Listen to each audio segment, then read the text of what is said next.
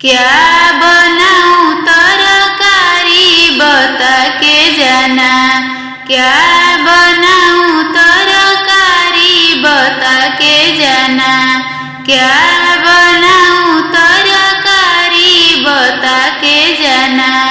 मोटा सा बैगन मोरा ससुर लगता है, मोटा सा बैगन मोरा ससुर लगता है।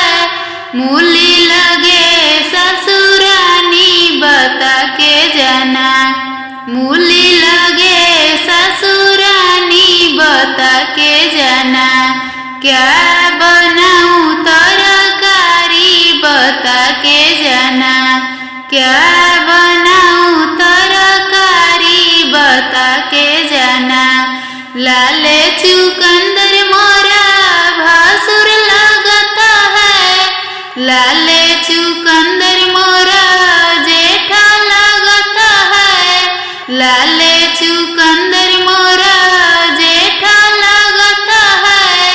मेथी लगे जेठानी बता के जाना, मेथी लगे जेठानी बता के जाना। क्या बनाऊं तरकारी बता के जाना, क्या बनाऊं तरकारी बता के जाना। मोटा सा कद्दू मोरा देवर लगता है, मोटा सा कद्दू मोरा देवर लगता है। पालक लगे देवरानी बता के जाना, पालक लगे देवरानी बता के जाना।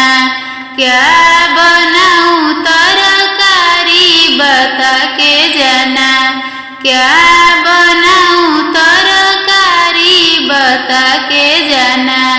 मोटा सा कोहड़ा मोरा नंदोसी लगता है, मोटा सा कोहड़ा मोरा नंदोसी लगता है।